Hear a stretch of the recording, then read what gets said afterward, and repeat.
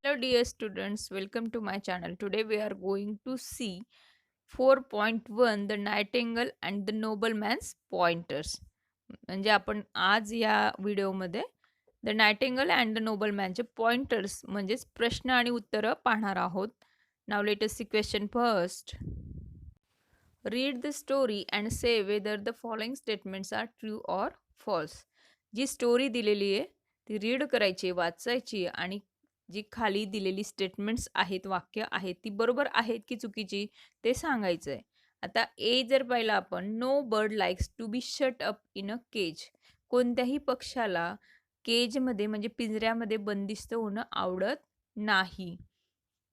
तर हे एकदम करेक्ट असं सेंटेन्स आहे, बरोबर आहे. तर म्हणून त्याचा आन्सर आपण ट्रू लिहायचा आहे, TRUE. ओके. त्यानंतर बी दिलंय, the nobleman was rich and happy. Nobleman rich होता, श्रीमंत होता, पण तो हॅप्पी नव्हता, दुःखी होता. म्हणून हे आन्सर याचा येणार आहे फॉल्स. तर एचं आन्सर होतं ट्रू, बीचं आन्सर आहे फॉल्स. आता सी रीड करूयात. The nobleman did not set the bird free. जो नोबलमॅन होता त्याने बर्डला फ्री केलं नाही. तर त्याने फ्री केलं होतं, त्याला स्वतंत्र केलं होतं बर्डला. म्हणून हे जे सेंटेन्स आहे ते फॉल्स आहे, चुकीचं आहे. D, the nobleman didn't think much of the secret. आता जे सिक्रेट होतं त्याविषयी म्हणजे त्या नायटिंगलने जे सिक्रेट सांगितलं होतं, जे गुपित सांगितलं होतं, रहस्य सांगितलं होतं, त्याविषयी नोबलमॅनने जास्त विचार केला नव्हता. तर हे खरं आहे, म्हणून तिथं लिहायचं ट्रू. त्यानंतर E, the nightingale had rare diamonds under his wings. तर नायटिंगलकडे तिच्या पंखाखाली अगदी दुर्मिळ अशी डायमंड्स होती, हिरे होती. हे वाक्य चुकीचं आहे बाळांनो, म्हणून तिथं लिहिलंय फॉल्स. त्यानंतर F, the nobleman believed that the nightingale had diamonds. नोबलमॅनने विश्वास केला होता की नायटिंगलकडे काय आहे, तर डायमंड्स आहेत, हिरे आहेत. हो, त्याला तसंच वाटलं, कारण त्यानंतर त्याने जेव्हा तो पक्षी उडून गेला, नायटिंगल उडून गेला, त्यानंतर त्याला असं वाटलं की आपल्या हातातले हिरे एक प्रकारे निसटून गेले. तर हे सेंटेन्स ट्रू आहे, खरं आहे. त्यानंतर जी, द नायटिंगल फ्ल्यू अवे. नायटिंगल उडून गेला होता. तर ट्रू, खरं आहे.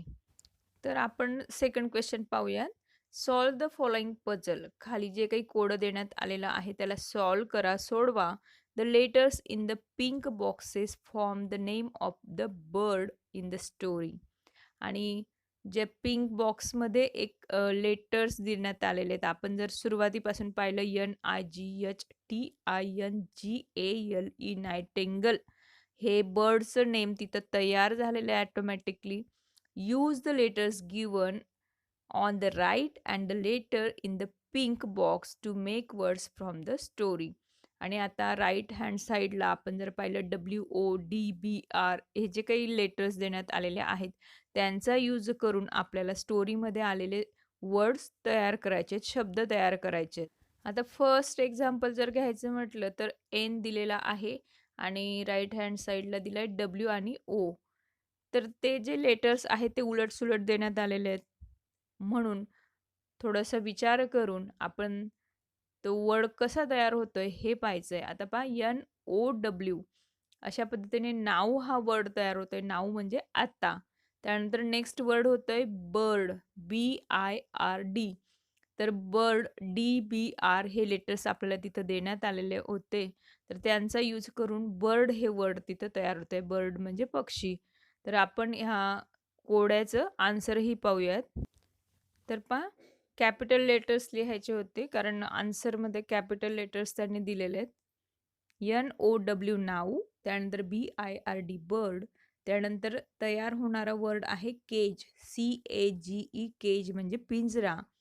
आणि बरोबर त्या बॉक्सेसच्या समोर जे लेटर्स देण्यात आलेले आहेत त्यांचाच यूज आपण इथं वर्ड्स तयार करताना केला आहे बाळांनो, हेही लक्षात घ्यायचं आहे. त्यानंतर HUGE, यूज. यूज म्हणजे बराच मोठा, भला मोठा असा. त्यानंतर पहा, मास्टर, MASTER. त्यानंतर नेक्स्ट वर्ड तयार होतोय RICH, रिच. रिच म्हणजे श्रीमंत. त्यानंतर UNDER, अंडर म्हणजे खाली. तर अंडरपर्यंत आपण वर्ड्स ऑलरेडी पाहिलेत. त्यानंतर पहा WINGS, विंग्ज. विंग्ज म्हणजे पंख. त्यानंतर डे, DAY, डे म्हणजे दिवस. त्यानंतर FLEW, फ्ल्यू म्हणजे उडून जाणे. आणि GAVE, गेव. गेव म्हणजे देणे. तर त्यानंतर क्वेश्चन थर्ड पहा. The nightingale gave the nobleman 2 bits of advice. नायटिंगलने त्या नोबलमॅनला 2 ॲडवाईस दिले होते, 2 सल्ले दिले होते. Form groups and discuss each of them. तुम्ही ग्रुप्स तयार करायचे, काही गट तयार करायचे आणि ह्या जे ॲडवाईस देण्यात आलेले होते, 2 ॲडवाईस, 2 सल्ले, त्यावर तुम्हाला चर्चा करायची आहे. Can you think of a story, event, any experience related to each. तर तुम्ही त्या ॲडवाईसवर जर जेव्हा चर्चा कराल, तेव्हा तुम्हाला अशाच त्या ॲडवाईसशी, त्या सल्ल्यांशी संबंधित काही एक्सपिरियन्स आठवतोय का? किंवा तुम्ही विचार करू शकतायत का? एखादी स्टोरी, एखादी इव्हेंट, एखादी घटना असेल, तर त्याविषयी विचार करा. राईट इट डाऊन आणि ते जे स्टोरी असेल किंवा एखादी इन्सिडेंट असेल, इव्हेंट असेल किंवा तुमचा एक्सपिरियन्स असेल, तो तुम्हाला लिहून टाकायचा आहे. Try to find similar sayings or proverbs in your mother tongue. आणि ह्याच अर्थाच्या तुम्हाला तुमच्या मदर टंगमध्ये म्हणजे तुमच्या मातृभाषेत मराठीतून 2 म्हणी लिहायच्या आहेत. ओके. तर ह्या क्वेश्चनमध्ये आपल्याला काय करायचं आहे, तर फर्स्ट आपला पॉइंट आहे never cry over spilled milk. त्यावर स्टोरी लिहायची किंवा एखादा एक्सपिरियन्स तुम्हाला शेअर करायचा आहे, म्हणजे ते लिहून टाकायचं आहे. त्यानंतर सेकंड आपला ॲडवाईस होता नेव्हर ट्रस्ट आयडल वर्ड्स. तर निरर्थक शब्दांवर कधी विश्वास ठेवू नये. तर याचाही तुम्हाला एखादी स्टोरी आठवत असेल किंवा एखादा एक्सपिरियन्स असेल, तुमचा अनुभव असेल, तो इथं लिहायचा आहे. तर या दोघांचंही आन्सर मी दिलेलं आहे. आपण ते पाहूयात. तर विद्यार्थी मित्रांनो, never cry over spilled milk यावर आधारित आपण स्टोरी पाहणार आहोत. Once there was a farmer. He had a hen who laid a golden egg every day. He sold the golden egg and got lot of money. He was very greedy. He wanted to become rich person at once by selling the lot of golden eggs. So he thought that if I kill the hen, I will get lot of golden eggs at once. So he killed the hen, but there was nothing. He felt sorry about his work, but what is the use of it? It's no use to cry over a spilled milk. आणि नंतरचं second never trust idle words. निरर्थक शब्दांवर विश्वास ठेवू नये यावर आधारित एक एक्सपिरियन्स मी इथं शेअर करते. There were two friends. One of them was living in city and another person in village. Who was living in city said to other that he is living luxurious life in city. He has lot of money. Now he is rich person. So the other person thought that how lucky my friend is. One day he went to meet the rich friend in city, but when he reached there, he saw that he was doing work of labor and was in bad condition. So this saying is true that never trust idle words. आणि विद्यार्थी मित्रांनो, आपल्याला सांगितलं होतं की ह्या ज्या काही प्रोव्हर्ब्स दिलेल्या होत्या, म्हणी दिल्या होत्या, त्या मदर टंगमध्ये आपल्याला ट्रान्सलेट करायच्या होत्या किंवा सिमिलर अशा आपल्याला शोधायच्या होत्या. तर फर्स्टचं मी म्हटलं इथं घडलेल्या गोष्टींवर पश्चाताप करू नये. आणि सेकंडचं ट्रान्सलेशन आहे निरर्थक शब्दांवर विश्वास ठेवू नये. Question number 4. Read aloud the last speech of the nightingale with proper intonation. तर आपल्याला जे स्पीच दिलेले नायटिंगलने लास्टला जे तिने काही ॲडवाईस वगैरे दिलेले आहेत, तर ते प्रॉपर इंटोनेशनने योग्य अशा आवाजातील चढ उतारानुसार आपल्याला ते रीड करायचं आहे आणि ते सुद्धा अलाउड म्हणजे मोठ्याने रीड करायचं आहे. आन्सर पाहूयात. तर पहा. Don't be so upset my lord, said the nightingale. It was kind of you to let me go. That's why I gave you a good piece of advice. Think over it. The first thing I said was, don't cry over spilled milk. I am already far away from you. You can't catch me again. Then why make yourself unhappy about it? Secondly, how can an ordinary bird like me have diamonds under his wings? Those were just idle words of mine. It's mistake to trust such words. Use my bits of advice and be happy. Farewell. Question number 5th. Use the given words in place of the highlighted words and translate each sentence you make. तर काय करायचं highlight केलेला जो word आहे आता first sentence जर घेतलं a little हे येलो कलरमध्ये हायलाइट केलेलं दिसतंय तुम्हाला. तर त्याऐवजी या ब्रॅकेटमध्ये कंसामध्ये जे जे वर्ड्स देण्यात आलेले आहेत त्यांचा यूज करून वेगवेगळी सेंटेन्सेस वेगवेगळे वाक्य आपल्याला इथं बनवायचे आहेत आणि अजून काय करायचं आहे तर ते प्रत्येक वाक्य आपल्याला मराठीमध्ये ट्रान्सलेट करायचं आहे. फर्स्ट सेंटेन्स आपलं तयार झालंय मच हा वर्ड यूज करून the bird flew much higher. त्याचं मराठी ट्रान्सलेशन आहे पक्षी खूप उंचावरून उडू लागला. Second the bird flew a lot higher. पक्षी अधिक उंचावरून उडू लागला. Third the bird flew just a little higher. पक्षी थोड्या उंचावरून उडू लागला. आफ्टर दॅट नेक्स्ट सेंटेन्स होतं I never trust idle words. आता आपल्याला नेव्हर याच्या जागेवर ऑफन आणि ऑलवेज हे वर्ड्स यूज करायचे आहेत.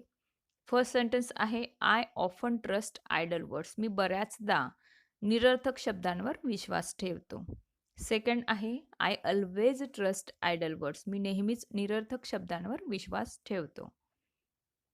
त्यानंतर थर्ड सेंटेन्स होतं the bird flew away. Away ह्या वर्डच्या जागेवर आपल्याला up down left right far away हे वर्ड्स यूज करायचे होते. तर दिलेले सेंटेन्स म्हणजे आन्सर्स आपण पाहूयात. फर्स्ट आहे द बर्ड फ्ल्यू अप. पक्षी वर उडू लागला. Second the bird flew down. पक्षी खाली उडू लागला.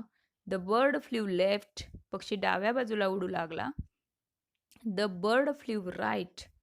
पक्षी उजवीकडे उडू लागला. The bird flew far away. पक्षी खूप दूर उडून गेला किंवा लांब उडून गेला. Question number 6. Try to collect at least 20 proverbs or sayings in English. तर तुम्हाला कमीत कमी 20 म्हणी इथं कलेक्ट करायचे आहेत, गोळा करायचे आहेत. म्हणजे तुम्हाला 20 म्हणी इंग्लिशमधून लिहायच्या आहेत. तर आन्सर पाहूयात. त्या आन्सर आहे tit for tat. Second health is wealth. Third honesty is the best policy. Fourth might is right. Fifth a friend in need is friend in deed. Sixth, haste makes best. Seventh, as you sow, so shall you reap. Eighth, better late than never. Ninth, actions speak louder than words. 10th, every dog has his day. 11th, look before you leap. 12th, all's well that ends well. 13th, all that glitters is not gold. 14th, an apple a day keeps the doctor away. 15th, a stitch in time saves 9. 16th, don't judge a book by its cover. 17th, every cloud has a silver lining. 18th, the pen is mightier than the sword. 19th, practice makes perfect. 20th, great minds think alike. Question number 7th, use some other suitable word or words in place of the highlighted words at every step. आता highlighted words आहेत तर काही ठिकाणी place दिलेली highlight केलेली yellow कलरच्या strips दिलेल्या आहेत तर तिथं आपल्याला काही वर्ड्स आपल्या मनाने लिहायचे. If you let me go I will tell you the secret of happiness. Next sentence if you let me go I will tell you the secret of treasure. त्यानंतर if you let me go I will give you chocolates. जे answer आहे त्याला मी red पेनने underline केलेलं आहे. After that if you let me play I will help you in your studies. B how stupid of me. How clever of me. How nice of you. C the nobleman watch as the bird flew away. The nobleman watch as the bird fluttered away. The nobleman watch as the fox ran away. The CID watched as the criminal ran away. The police looked as the thief jumped away. The children enjoyed as the monkey jumped away. त्यानंतर question number 8. What bits of advice do you often get from your family and friends? Write down 3 of the bits in your mother tongue. Try to translate the bits into English. तर तुमचे जे काही मित्रमंडळी असतील किंवा तुमचे family members असतील त्यांच्याकडून तुम्हाला बऱ्याच वेळा काही ॲडवाईस दिले जातात, सल्ले दिले जातात. तर ते तुम्ही इथं सांगायचेत, लिहायचेत. Write down 3 of the bits in your mother tongue. ते 3 सल्ले तुम्हाला तुमच्या मदर टंगमध्ये म्हणजे मातृभाषेत लिहायचेत आणि त्यानंतर त्यांना इंग्लिशमध्ये ट्रान्सलेटसुद्धा करायचं आहे. Okay? 3 bits of advice. Let us see first. कधीही खोटे बोलू नये. Never tail lies. सेकंड, मोठ्यांचा आदर करा. Respect your elders. थर्ड, वेळ वाया घालवू नका. Don't waste your time. Question 9th, note the plurals. आता इथं काय करायचं आहे तुम्हाला? प्लुरल्स दिलेले आहेत. ओके? त्यांना लक्षात घ्यायचं आहे, समजून घ्यायचं आहे. मॅनचं प्लुरल आहे मेन. नोबल मॅनचं प्लुरल आहे नोबल मेन. वुमेनचं प्लुरल आहे वुमेन. आणि चाइल्डचं प्लुरल आहे चिल्ड्रन. तर विद्यार्थी मित्रांनो, प्रत्येक प्रश्नाचं उत्तर मी तुम्हाला इथं दिलेलं आहे. प्रश्नही समजून दिला आहे, आन्सर्ससुद्धा समजून दिलेले आहेत. जर तुम्हाला माझी व्हिडिओ आवडली असेल तर नक्कीच व्हिडिओला लाईक करा, फ्रेंड्ससोबत ती शेअर करा आणि त्याचबरोबर कमेंट्ससुद्धा. आणि तुम्ही जर माझ्या चॅनलवर न्यू असाल तर चॅनललाही सबस्क्राईब करा. Okay, thank you.